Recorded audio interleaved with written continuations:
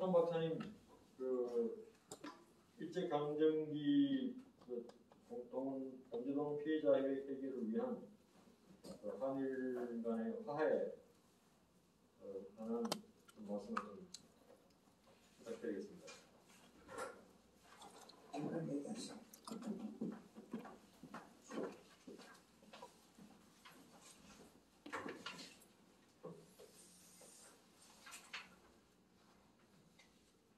안녕하세요. 안녕하십니까. 뵙게 됐습니다. 네. 인사드립니다. 제가 하고 있는 일은 지난주에 잠깐 말씀을 드렸고요. 오늘은 우리 김 대표님께서 말씀하신 대로 한일 간의 갈등이 계속 지속된다면 이게 서로 양국 간에도 안 좋고, 그래서 이런 물꼬를 강제징용 쪽에서 우선 먼저 좀 풀어야 되지 않을까, 그런 생각을 가져보면서 우리 김종관 대표님의 그 아이디어가 너무 저는 마음에 들었습니다. 그래서 지난주에 뵀는데 그 이야기를 하시는 거예요.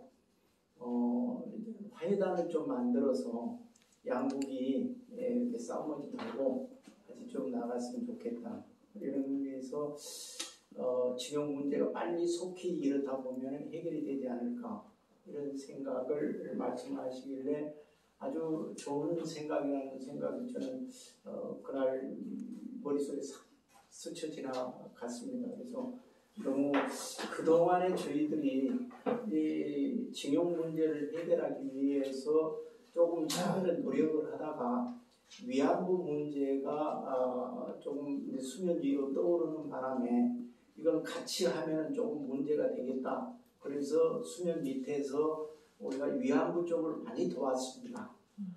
적극적으로 많이 도우면서 사실 징용이 희생을 했지요.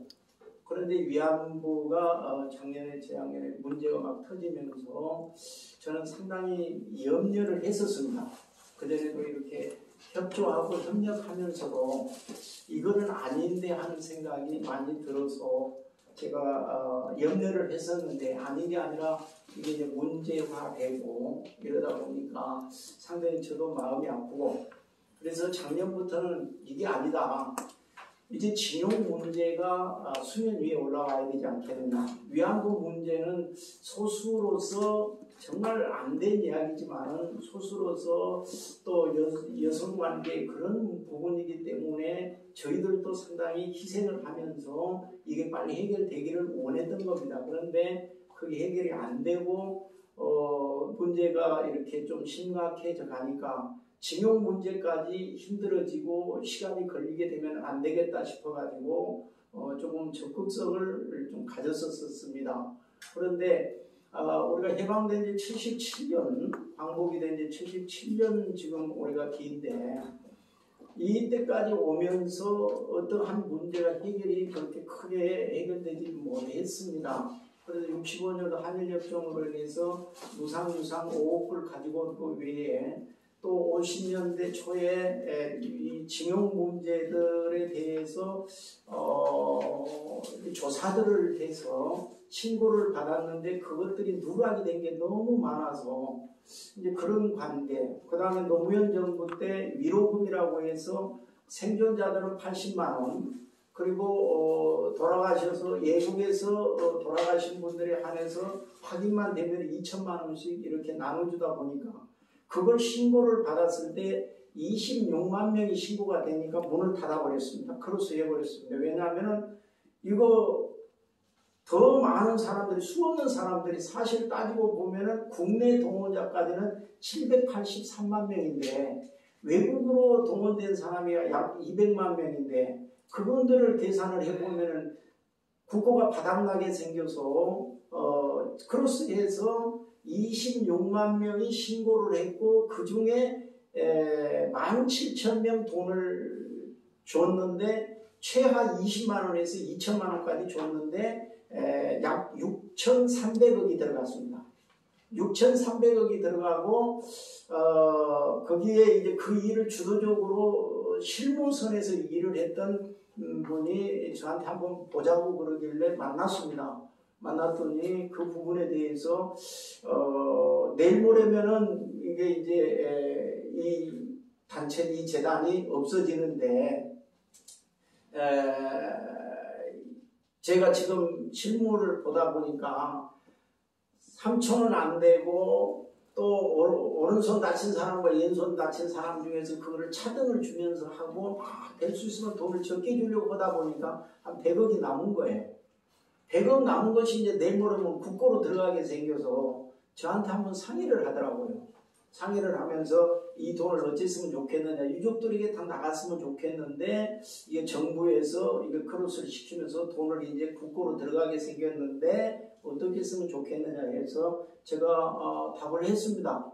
사실 우리 징용으로 이렇게 돌렸으면 좋겠는데 그런 부분에 대해서는 아주 어려운 것이고 당신 희생을 좀 해야 될 문제가 온다. 왜냐하면 그 사실 비밀이잖아요. 그리고 좀 이렇게 밖으로 드러낼 일이 아니기 때문에 그 부분에 대해서 그 일하다가 실무선에서 나타난 그 부분을 이제 공개를 해야 되는 부분이 온 겁니다. 그래서 당신이 그러면 이름을 걸고 공개할 수 있느냐? 그렇다면 내가 이 일 처리하겠다. 그랬더니 결국에 못했습니다. 이런 상황 속에서 우리 선친들이 강점기 때 끌려간 그 탄광, 그 다음에 공사, 비행장 이런 데 끌려가고 전쟁터 끌려간 게 몇 군데냐면 4,300군데로 끌려간 겁니다. 우리 선친들이 4,300군데로 끌려갔는데 이게 이제 이 4,300군데로 끌려간 이분들의 그 회사들이 없어지고 합병되고 이렇게 하면서 현재 실존하고 있는 전범 기업은 299개가 남아있습니다. 지금 현재 299개가 남아있는데 우리 한국에 들어와서 기업 활동을 하고 있는 회사는 34개입니다. 34개입니다. 만약에 여러분들이 오늘도 자동차를 이용했다면 그 회사의 물건을 이용을 한 거고 또 사업에 도움을 주는 격이 될 겁니다. 왜냐하면 자동차에 인플레이터라고 하는 것이 있는데 그 회사가 저기 경북 영천에 있습니다. 그런데 그 회사는 우리 선친들을 끌어다가 일 시켰는데 무슨 일을 시켰냐면 화약 공장을 했던 데입니다. 그게 다이세로라고 하는 그 회사인데 화약을 만들어서 전쟁터에 썼던 그 회사가 우리 한국에 이제 전쟁이 끝나고 우리 한국에 들어와서 기업 활동을 하는데 그 회사가 중국으로 가도록 돼 있었습니다. 처음에 중국 가서 문을 두들기니까 중국에서는 위험한 물건 화약 취급한다고 안 받아줬습니다. 그런데 우리 한국에는 경북 영천에 공청회 한 번 없이 거기 경북도지사 박관웅 씨부터 시작을 해서 영천시장 김영석이 이런 분들이 선거에 이용을 하고 3번이나 당선해 먹은 겁니다. 그걸 이용을 해가지고. 왜냐? 우리 지역에 기업을 유치했다. 외국 기업을 유치했다. 그렇게 되면 돈이 우리 지역에 막 돌게 된다. 그 다음에 일자리도 창출된다. 이래서 우리가 2개월 동안 거기 가서 데모를 하면서 거기는 인플레이터가 뭐냐면은 자동차에 요만한 핵심 부품인데 에어백에 달려있는 부품입니다. 그거는 사고가 나고 충격을 주게 되면 그 인플레이터가 화약이 들어있기 때문에 이게 터지는 거예요. 그래서 부풀어 올라가지고 안전을 이제 잡아주는데 안전을 지켜주는데 이 부분에 대해서 우리 현대 그리고 또 기아 모터스 이런 데서 그 물건을 1년에 500만 개, 1000만 개씩 갖다 씁니다. 500만 개, 1000만 개씩 갖다 쓰면서 우리가 얼마든지 그 기술을 가지고 만들어낼 수 있는데 일본 기업 걸 팔아주고 있는 거예요 지금. 그래서 일본 그 다이세로라고 하는 그 기업의 정문에 가가지고 2개월 동안 노상에서 먹고 자면서 제가 데모를 하면서 2개월 동안 한번 했던 적이 있는데 이렇게 몰래 들어와서 기업 활동을 하고 있는 회사들이 34개나 있습니다. 그런데 그 회사를 공개 청구를 해서 놓고 보니까 1년에 7억 1,600만 원씩 지방 혈세를 가지고 도와주고 있더라고요. 그 회사를 도와주고 있는 거예요. 공장 자리도 주고 공장 짓는 데 지나고 세금 면제시켜주고 이러면서 어마어마한 수익을 갖다가 우리 한국에 푸는 것도 아니고 가져가 버리는 거예요. 이래서 이제 아직 속에 이제 들어가 보면은 징용 일에 여성들의 그 위안부 이 문제가, 위안부란 말을 지난번에 말씀을 드렸지만 위안부 제가 제일 먼저 썼던 단어입니다. 용어예요. 위안부라 하니까 위안부가 된 거예요. 그 전에는 죽은 정신대라고 했잖아요. 이렇게 해서 그 위안부 문제에 조금 그래서 우리가 수면 밑에 있었는데 수면 위로 올라올 수 있는 이 징용은 우리 선친들 이야기 들어보면 지금도 제가 구술체록이라고 사진을 영상을 찍으러 다니고 있습니다. 살아생전에 지금 계시는 분들 돌아가시면 안 되니까 지금 최고령자가 97세 아니 107세입니다. 그분도 지난번 홍성에 가서 다 찍었어요. 모습 찍고 말귀도 잘 못 알아듣지만 다 실제 자기 육성으로서 다 했던 것을 찍었습니다. 이런 부분들을 해결을 하다 보면 그런 분들의 이야기를 들어보면 기가 막힌 이야기들이 많이 있습니다. 이 위안부는 저리 가라는 이야기가 어마어마하게 가다가 젊은이들이니까 배고프니까 도망가다가 그 다음에 배고프니 식당에 가서 뭘 먹다가 그냥 막 손가락도 잘리고요. 손가락 잘라버리는 거예요. 그리고 가다가 도망가다가 붙들리면은 잡아다가 천정에서 거꾸로 매달아가지고 밑에서 장작불로 태워 죽이고요. 우리 선친들이 그렇게 고통당하고 어려움 당하고 이런 일들이 이 징용에 대해서 제가 한 10여 년 일을 하다 보니까 책을 쓰려고 하면은 한 5권은 제가 소설로 쓸 수 있습니다. 그리고 영화 시나리오를 제가 한 2시간짜리 영화를 지금 시나리오를 다 써놓은 상태입니다. 한 가지만 말씀을 드리면은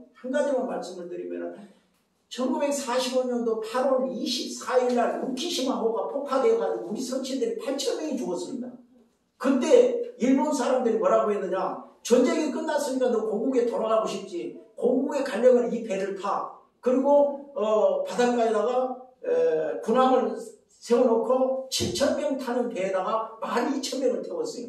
12,000명 태우고 이 배는 부산으로 간다. 부산 가가지고 이제 다시는 돌아오지 못하니까 너희들은 안 타는 사람은 못 간다. 이래 보니까 서로 타려고 막 우르르 몰리고요. 뒤에서 헌병이 오카로 막 차 제끼면서 호루라기 불어대니까, 그리고 채찍을 가하니까 우리 선친들이 그 배에 올라가고 전부 배 난간 잡고 올라가려고 난리가 아니었습니다. 그때 헌병이 올라가고 워카로 밟고 다니면서요, 니폰도 꺼내갖고 우리 선친들의 이 팔목을 다 막 잘라버리는 거예요. 그리고 우리 선친들이 그냥 바다로 떨어지는 거예요. 군함은 높이가 또 좀 있잖아요. 그 떨어졌는데 다행히 물속에 떨어지니까 안 죽었어요. 다행히 물속에 떨어지니까 안 죽었는데 살아보려고 헤엄치려고 이게 없는 거예요. 그래서 죽은 거예요. 이게 지금 일제 징용 우리 선친들의 당한 고통입니다. 이런 기가 막힌 일들, 이보다 더 기가 막힌 일들, 여기 잡고 있는데 갖다가 막 잘라버리니 물속으로 떨어져가지고 살아보려고 헤엄치려고 하니까 손목이 없어가지고 저 죽었다니까요. 그게 8,000명이 죽은 거예요. 8,000명이. 그 배는 폭파시켜버리고. 이런 일들은 또 있었지만은 우리가 이제 일본하고 이런 생각을 하니까 자꾸 싸움이 일어나는 거예요. 그래서 데모하면은 저는 이골이 난 사람입니다. 수도 없이 데모를 하다 보니까 이골이 난 사람인데, 우리 김종갑 대표님 이야기를 딱 듣고서 이거다. 그동안에 싸우면서 그들을 막 향해서 그때랑 막 암에 물러가라 막 이 뭐가지 친다 하고 이 사과하라, 보상하라, 배상하라 막 들고 피켓 들고 일본 대사관 앞에 떠들고 광화문에서 떠들고 막 지역적 발미도 떠들으니까 일본 놈들이 사실상 이걸 해결하려고 하는 기미가 없어. 오히려 더, 왜냐, 사람은 감정의 동물이니까 자기가 잘못을 했어도 자꾸 잘못한 것을 지적을 하면서 나무래면은 오히려 문 닫아버리잖아요. 그런데 정말 좋은 아이디어를 저한테 주신 거예요. 그렇구나. 일본과 우리가 이제는 싸워서 해결할 것이 아니라 서로 간에 좀 좋은 관계성을 유지하면은 이 문제가 더 빨리, 저들도 미안해서 그리고 돈이 없어서가 걔들이 해결 못하는 거 아닙니다. 돈이요. 우리 서친들이 그때 돈 못 찾아오는 거, 공탁 거는 거, 지금 유치원은행이라든가 우정성에 다 지금 보관되어 있습니다. 그건 누구도 못 쓰는 거예요. 그러니까 자기들도 꺼내서 주면 돼요. 거기다 조금 보태고, 그 다음 젊은 기업들이 잘 돼 있는 기업들은 미쓰비시라든가 미쓰비시 머스트리얼스라든가 이거 도요타 이런 데서 돈을 좀 더 꺼내면 돼. 그래서 보태면 얼마든지 이걸 해결을 할 수 있는데 왜 이렇게 자꾸만 어려움이 가중되면서 서로 막 못 잡아먹어서 안달인 것처럼, 그리고 이걸 모르는 사람은 왜 일본하고 이렇게 싸우느냐, 일본 놈들은 또 왜 대한민국은 싸움만 걸어온다, 이런 식으로 해갖고 일이 잘 해결이 안 되니까 이제는 화해단 구성하자, 이 이야기입니다. 화해단이 구성이 되면 서로 저기들도 좀 오고 나도 좀 우리도 가고, 제가 이거를 2016년도에 구상을 한번 하기는 했었어요. 우리가 한일 마라톤 대회를 한번 가지려고 했었어요. 한일 마라톤 대회인데 본국에서 오는 것은 어려우면은 우리 한국에 들어와서 공부하는 학생들이 꽤 많습니다. 공부하는 그 학생들을 좀 초청하고 우리도 저기 해가지고 한일 마라톤 대회 하는 거예요. 이러면은 서로 그런 스포츠 교류도 되고 문화 교류도 되고 여러 가지가 되면서 저들도 마음문을 열면서, 오히려 미안하니까 저희 사무실에는 기자들이 많이 옵니다. 기자들 중에서 일본 기자들이 많이 와요. 정보 가져가려고. 그럼 오다 보면 그놈들이, 젊은 애들이 와가지고 기자면 젊고 막 머리가 샤프하게 돌아가잖아요. 제 얼굴 보면은 어쩔 줄 몰라 하고 고개를 막 숙여요. 왜 숙이냐? 그 원인이 있어요. 자기들이 기자를 하면서 역사를 이렇게 보고 하다 보니까 정말 자기들이 잘못했거든요. 자기 서치들이 잘못했거든요. 그러니까 우리한테는 미안해갖고 어쩔 줄 몰라 한다니까요. 이런 상황 속에 이제 있으니까, 그리고 이렇게 교육도 되고 교재가 되고 교류가 되면은 뭔가 이렇게 좀 같이 이렇게 하다 보면은 한일 관계도 그로 인해서 굉장히 좋아지면서 이 문제가 좀 해결되지 않을까, 이런 의미에서 좀 화해단 구성을 진짜 본격적으로 한번 해보려고 그렇습니다. 그런데 마무리로 우리가 사실상 일본 사람들도 나쁜 사람만 있는 게 아니에요. 그 중에 좋은 사람들이 많이 있습니다. 그 중에 다카키라고 하는 변호사가 있습니다. 그분은 우리 문제 해결을 하려고 법적으로 그 문제를 했었어요. 그런데 결국 해결이 안 되고, 다카시라고 하는 사람도 이 문제 해결을 보고 이렇게 이제 했는데, 한두 명이 그러다 보니까 이거는 안 되는 거예요. 그러니까 이게 확산이 좀 돼야 됩니다. 운동이 돼야 됩니다. 한두 명 가지고 이야기하다 보면은 전혀 먹히지도 않고 웃음꼴이 되고 웃음 사람 되고 이러니까, 어느 정도 좀 고위층에 옛날에 있었던 분이라든가 명성 있는 분들도 좀 이렇게 오셔서 같이 이렇게 한다면은 한일 관계 서로 교류가 되면서 이런 문제는 속히 해결이 되면서 정말 가까운 이웃끼리, 어떤 면에서 보면 역사적으로 보면은 일본 사람들 우리 대한민국 아닙니까? 따지고 보면은 역사적으로 이런 상황 속에서 좀 해보려고 하니까 그런 관계가 여기까지 왔습니다. 우리 대표님이 한번 더 말씀해 주시고.